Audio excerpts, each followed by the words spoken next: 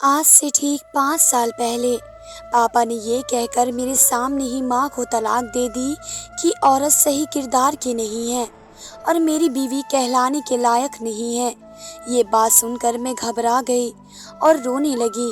میں نے پاپا کے سامنے ہاتھ جوڑے اور بولی، پاپا ہم پر ایسا ظلم مت کریں، اس بھری دنیا میں آپ کے علاوہ ہمارا کوئی نہیں ہے۔ پاپا میری بات سن کر ہنس دیے اور بولے، میں مانتا ہوں تمہارا سچ میں میرے علاوہ کوئی نہیں ہے، مگر یہ بات تمہاری ماں پر لاگو نہیں ہوتی۔ یقین نہیں آتا تو پوچھ لو اپنی ماں سے۔ میں نے اپنی ماں کی طرف دیکھا تو وہ بس حیران پریشان سی کھڑی تھی، منہ سے کچھ بولتی ہی نہیں تھی۔ میں پھر سے پاپا کی منتیں کرنے لگی۔ میں بولی، پاپا میرے خاطر آپ یہ سب نہ کریں، آپ ماں کو چھوڑ دیں گے تو زمانے والے ہمارے ساتھ بہت برا سلوک کریں گے۔ تب پاپا بولے، بیٹا پیہو تم فالتو میں پریشان ہو رہی ہو، ایک نظر اپنی ماں کے چہرے کی طرف تو دیکھو، کتنی بے فکری سے کھڑی ہوئی ہیں۔ تم یہ مت سمجھو کہ طلاق میں دے کر تمہاری ماں کے ساتھ کسی قسم کا کوئی ظلم کر رہا ہوں، بلکہ یہ تو اس کی آزادی کا پروانہ ہے۔ نہ جانے اس نے کتنی منتیں مرادیں مانگی ہوں گی اس دن کے لیے، کتنے پاپڑ پیلے ہوں گے۔ تب میں ماں کی طرف دیکھتی، میں بولی، ماں اپنے منہ سے کچھ تو کہیں، پاپا سے کہیں کہ وہ آپ کو نہ چھوڑیں، اگر انہوں نے ہمیں چھوڑ دیا تو ہم کہاں جائیں گے؟ تب ماں بولی، اس دنیا میں زمین بہت بڑی ہے، ہم کہیں بھی چلے جائیں گے۔ ماں نے یہ الفاظ اتنی آرام سے کہہ دیا کہ میری روح کانپ گئی، میرے بدن میں سنسنی دوڑ گئی۔ پاپا بھی غصے سے دیوانے ہو گئے، مجھ سے کہنے لگے، دیکھا کیسی غلط ہے یہ تمہاری ماں، اس کو کسی چیز کی پرواہ نہیں ہے، یہ صرف آزادی چاہتی ہے۔ اتنا کہہ کر پاپا ممی کو طلاق دے دیے اور گھر سے باہر چلے گئے، جبکہ میں وہیں کھڑی کی کھڑی رہ گئی۔ تب ماں مسکراتی ہوئی میرے پاس کھڑی ہوئی اور بولی، کیا ہوا پیہو، اس قدر پریشان کیوں ہو گئی ہو؟ زندگی میں تو اتار چڑھاؤ آتے ہی رہتے ہیں، یہ کوئی اتنی بڑی بات نہیں ہے، تم اپنے کمرے میں جاؤ اور اپنا ضروری سامان پیک کر لو۔ بلکہ ایک منٹ رکو، مجھے یہ بتاؤ، تم میرے ساتھ جانا چاہتی ہو یا اپنے پاپا کے ساتھ رہنا چاہتی ہو؟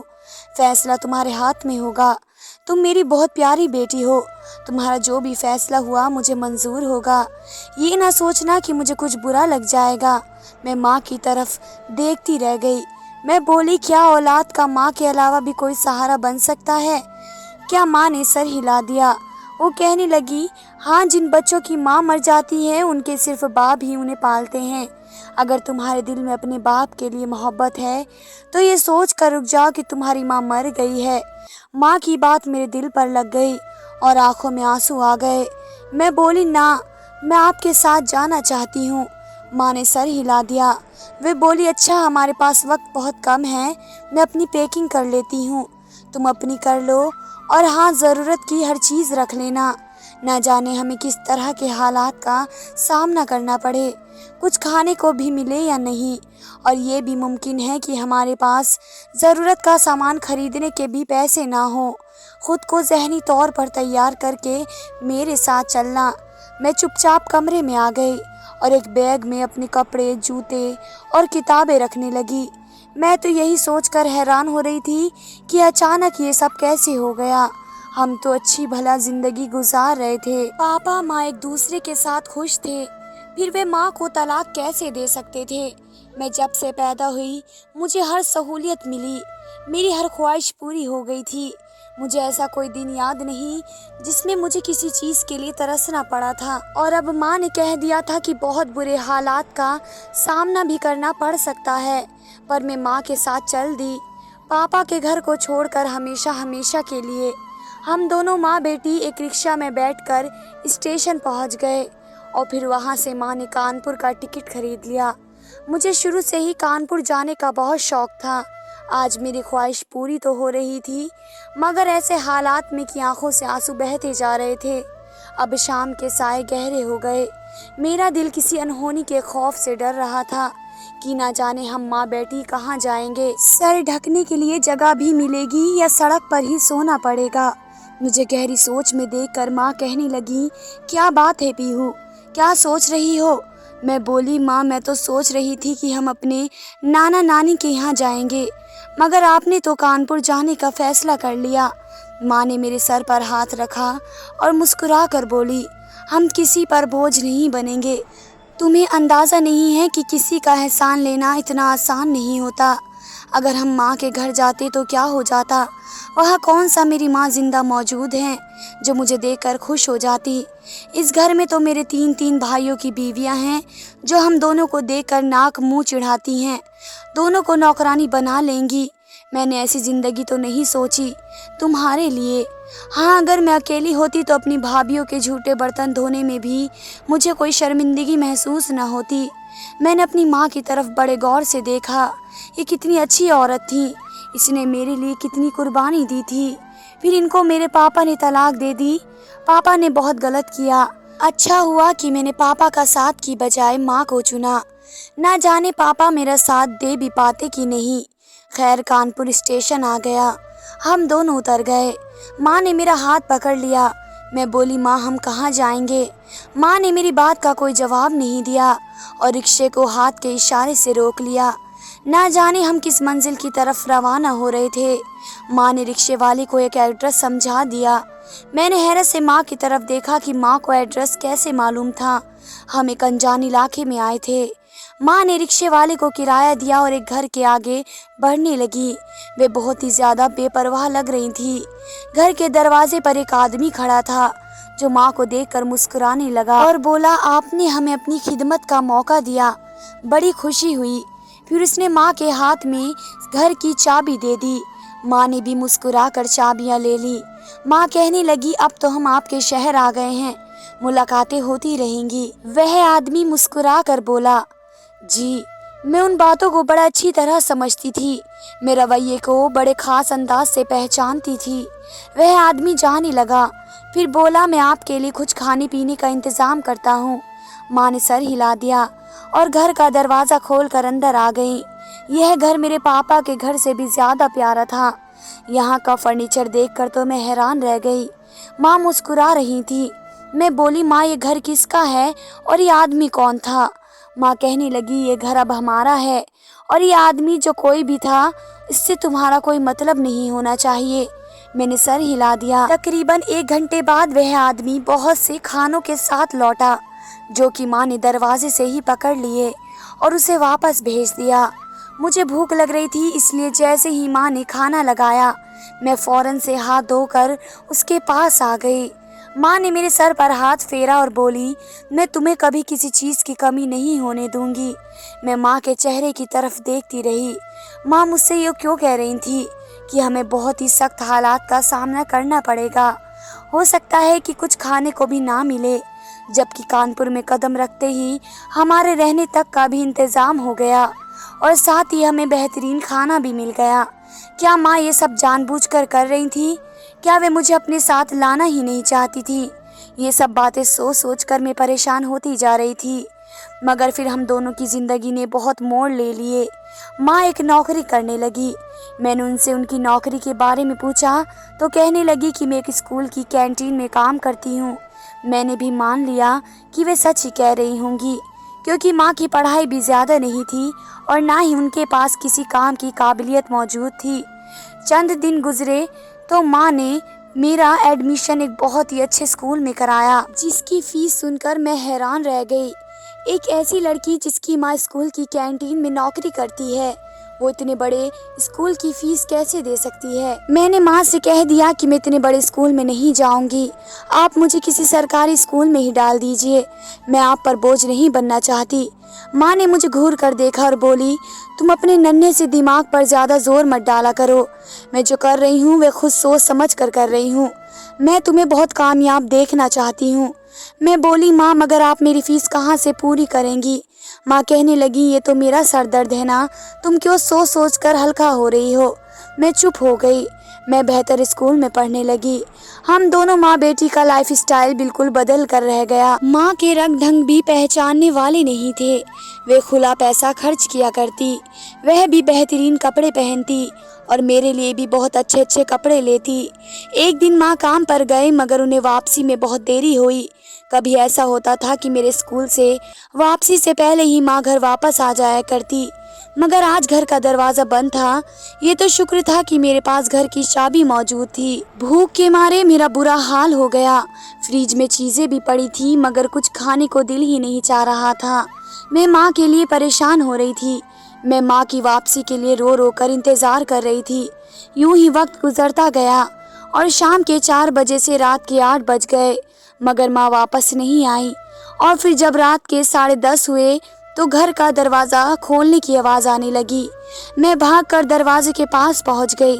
سامنے ہی ماں کھڑی تھی۔ وہ بہت ہی زیادہ خوش لگ رہی تھی۔ میں نے ان کے پیچھے کسی شخص کو دیکھا جس نے ہمیں اس گھر کی چابیاں دی تھی۔ وہ دروازے سے ہی واپس لوٹ گیا۔ ماں مسکراتی ہوئی گھر کے اندر آ گئی۔ تب میں پھوٹ پڑی۔ میں بولی، ماں آپ کہاں رہ گئی تھی؟ میرا کچھ تو خیال کیا ہوتا۔ میں کب سے آپ کا انتظار کر رہی تھی۔ ماں کہنے لگی، ارے پیہو، اتنے بڑے بڑے آنسو بہا کر میری خوشی تو برباد مت کرو۔ آج مجھے گھر آنے میں اتنی دیر اس لیے ہو گئی کیونکہ مجھے بہت ہی بڑے ہوٹل میں مینیجر کی جاب مل گئی ہے۔ ہمارے دن پھر جائیں گے۔ میری تنخواہ بہت اچھی ہو جائے گی اور میں دنیا جہاں کی تمام چیزیں لا کر تمہارے قدموں میں پھینک دوں گی۔ میں بولی، ماں آپ کے پہلے ہی مجھے کسی چیز کی کوئی کمی نہیں ہونے دی۔ ماں بہت خوش لگ رہی تھی۔ خیر مجھے اس بات کا ذرا سی بھی خوشی نہیں ہوئی کیونکہ ماں نے مجھے بتایا تھا کہ اب وہ ہر رات لیٹ آیا کریں گی۔ وہ رات 8 بجے سے پہلے گھر نہیں آ پائیں گی، اس لیے انہوں نے میرے لیے ایک نوکرانی کا انتظام کر دیا۔ اس بات پر میں نے اعتراض بھی کیا کہ ماں پہلے مجھ سے میرا باپ چھین لیا گیا اور اب ماں بھی دور ہو جائے گی۔ میں ایک نوکرانی کے سہارے زندگی کیسے بتاؤں گی؟ ماں کے چہرے پر آج پہلی بار مجھے دکھ نظر آیا۔ وہ کہنے لگی، میں نے تم سے تمہارے باپ نہیں چھینا۔ کیا تم اس کے الزام کو سچ مانتی ہو؟ کیا تمہیں لگتا ہے کہ میں غلط تھی؟ میں نے نہیں میں سر ہلا دیا اور بولی، ماں میں آپ پر کبھی بھی شک نہیں کر سکتی۔ میں تو آپ کی اس جاب کی وجہ سے پریشان ہوں۔ ماں چپ چاپ اٹھ کر اپنے کمرے میں چلی گئی جبکہ وہ میرے لیے ایسی باتیں تازہ کر گئی تھی۔ مجھے آج وہ دن یاد آ رہا تھا جب پاپا نے ماں کو طلاق دی تھی۔ پاپا نے ماں سے کہا تھا کہ تم غلط عورت ہو۔ جب سے ہم کانپور آئے تھے تب سے ماں کی تمام باتیں میری آنکھوں کے سامنے گھوم رہی تھی۔ وہ یہاں آئی تھی تو ان کے رنگ ڈھنگ بدل گئے۔ میں تو یہاں کسی کو جانتی بھی نہیں تھی۔ پھر وہ کون تھا جو ہمارے لیے یہ سب کچھ کر رہا تھا؟ اور وہ شخص کون تھا جو ماں کے ساتھ مجھے اکثر نظر آتا؟ اب کیونکہ میں بڑی ہوتی جا رہی تھی اس لیے میرے سوچنے کی عادت بھی بڑھتی جا رہی تھی۔ میرے دل میں ایسے خیال بھی آ رہے تھے جن کو سوچ کر ہی میں کانپ گئی۔ میں نے خود کو سوچنے سے روک دیا۔ اب زندگی کا نیا امتحان شروع ہو گیا۔ ماں بہت بزی رہنے لگی۔ میں ان سے شکایت کرتی تب ہی ماں نے میری بزی رہنے کے لیے میرے گھر کا ٹیوشن کا انتظام کر لیا کیونکہ اب میں بڑی کلاس میں ہو گئی تھی، اس لیے مجھے پڑھائی پر زیادہ محنت کرنی پڑتی۔ میری 10ویں کے امتحان تھے تو سر کھجانے کا وقت بھی نہیں ملتا۔ اتنے دن گزر جاتے، ماں کے ساتھ بات بھی نہیں ہو پاتی۔ خیر یہ دور بھی گزر گیا اور میری پریکشائیں ختم ہو چکی تھی۔ جس دن میری آخری پریکشا تھی اس دن میں 16 برس کی ہوئی تھی۔ ماں مجھے اپنے ہوٹل لے گئی اور میرے لیے اچھی سی دعوت کا انتظام کیا۔ میں بہت خوش تھی کہ اب مجھے سکون ہی سکون ہوگا، مگر میں کہاں جانتی تھی کہ گھر کی خاموشی مجھے کاٹ کھانے کو دوڑے گی۔ میں اب اس تنہائی سے گھبرانے لگی۔ ایک دن ماں جب کام سے واپس آئی تو میں پھوٹ پھوٹ کر رونے لگی اور بولی، ماں آپ اپنی جاب چھوڑ دیں، میرا آپ کے بغیر دل نہیں لگتا، میں تو ایسے پاگل ہو جاؤں گی۔ تب ماں نے میرا ہاتھ پکڑ لیا اور کہنے لگی، پیہو تمہیں اندازہ ہے جب بچوں کے ایگزام پورے ہو جاتے ہیں تو وقت گزارنے کے لیے چھوٹی موٹی جاب کرنے لگتے ہیں۔ اس طرح وہ بچے لوگوں سے ڈیل کرنا بھی سیکھ جاتے ہیں اور ان کے پاس ایکسپیرینس بھی ہو جاتا ہے۔ اگر تمہیں یہ آئیڈیا اچھا لگتا ہے تو بتاؤ، میں تمہیں اپنی ہوٹل میں جاب دلوا دوں گی۔ مجھے ماں کے ساتھ رہنے کا شوق تھا۔ میں نے فوراً ہی حامی میں سر بھر دیا اور بولی، ہاں ماں، یہ تو بہت اچھی بات ہے۔ ماں بھی مسکرا دی۔ میں اب اپنی نئی زندگی کے لیے خوش تھی۔ میں نے تو خواب میں بھی نہیں سوچا تھا کہ میں تو اجڑ ہی جاؤں گی۔ یہ جاب میری کامیابی کی راہ کھولے گی نہیں بلکہ مجھے بند گلی میں لے آئے گی۔ مجھ پر رشتوں کی حقیقت اس طرح کھلے گی کہ میری سانس ہی مجھ پر تنگ ہو جائے گا۔ میں ماں کے ساتھ ہوٹل آنے لگی۔ وہ یہاں پر مینیجر تھی۔ سب ان کی بہت عزت کیا کرتے۔ یہ کم عمر بھی تھی اور میرے پاس کوئی تجربہ بھی نہیں تھا، اس لیے مجھے ویٹرس کی جاب مل گئی۔ میں بہت محنت اور ایمانداری سے کام کیا کرتی۔ میں یہاں آ کر بہت بزی ہو گئی۔ زندگی کا ایک نیا پہلو میرے سامنے کھلا تھا۔ یہاں پر کام کرنے والی بہت سی لڑکیاں مجبور تھیں۔ ایسی لڑکیاں بھی تھیں جو اپنے گھروں کی کمانے والی تھیں۔ میری بہت سی دوستیں بھی ہو گئیں۔ ہم سب مل کر لنچ کیا کرتے۔ وقت اچھا گزر رہا تھا۔ میری تنخواہ اچھی تھی، مگر مزے کی بات تو یہ تھی کہ مجھے یہاں پر ٹپ بھی بہت اچھی ملا کرتی۔ میرا خرچہ آسانی سے نکل جایا کرتا۔ اب تو میں اپنے لیے سیونگ بھی کرنے لگی۔ میں نے سوچ لیا تھا کہ میں اتنا پیسہ جمع کر لوں گی کہ اپنے کالج کی فیس چند مہینے خود دے سکوں۔ ماں بھی میری اس بات سے بہت خوش ہوں گی۔ وہ کہتی تھی کہ بیٹی، مجھے اس بات پر فخر ہوتا ہے کہ تم سب کے ساتھ گھل مل گئی ہو۔ تم کسی پر یہ رعب نہیں رکھتی کہ تم ایک مینیجر کی بیٹی ہو۔ ماں کی باتیں سن کر میں بھی مسکرا دیتی۔ ایک دن ماں میرے پاس آئی اور کہنے لگی، پیہو، آج صفائی والی نوکرانی نہیں آئی اور ہمیں جلد ہی 410 کمرہ نمبر صاف چاہیے۔ تم اس کی صفائی کر دو گی کیا؟ میں کسی اور کو نہیں کہنا چاہتی کیونکہ میری خود کی بیٹی یہاں موجود ہے۔ میں بولی تھی، ماں میں کر دوں گی۔ میں جانے لگی تو ماں نے میرا ہاتھ پکڑ کر مجھے روک لیا اور کہنے لگی، پیہو، جانے سے پہلے کسی کو مت بتانا۔ تمہاری جو عزت بنی ہوئی ہے میں نہیں چاہتی کہ خراب ہو جائے۔ اگر کوئی پوچھے بھی تو ٹال دینا۔ مجھے ماں کی اس بات نے حیران کر دیا۔ میں نے سوچا کہ صفائی کرنے میں تو کوئی حرج نہیں ہے، ماں ایسا کیوں کہہ رہی تھی۔ میں ماں سے کمرے کی چابیاں لے کر اندر چلی گئی۔ میں بڑے سکون سے اس کمرے کو دیکھ رہی تھی جب اچانک سے اندھیرا چھا گیا۔ تبھی مجھے کسی کے سخت ہاتھوں سے چھونے کا احساس ہوا۔ وہ ہاتھ میرے لبوں پر رکھ کر میری چیخ دبا دی گئی۔ کمرہ نمبر 410 میں مجھ پر قیامت بیت گئی اور باہر کسی کو پتہ بھی نہیں ہوا۔ میں بیڈ پر بے جان وجود کی طرح پڑی ہوئی تھی۔ تبھی مجھے اندھیرے میں ہلکی سی روشنی نظر آئی۔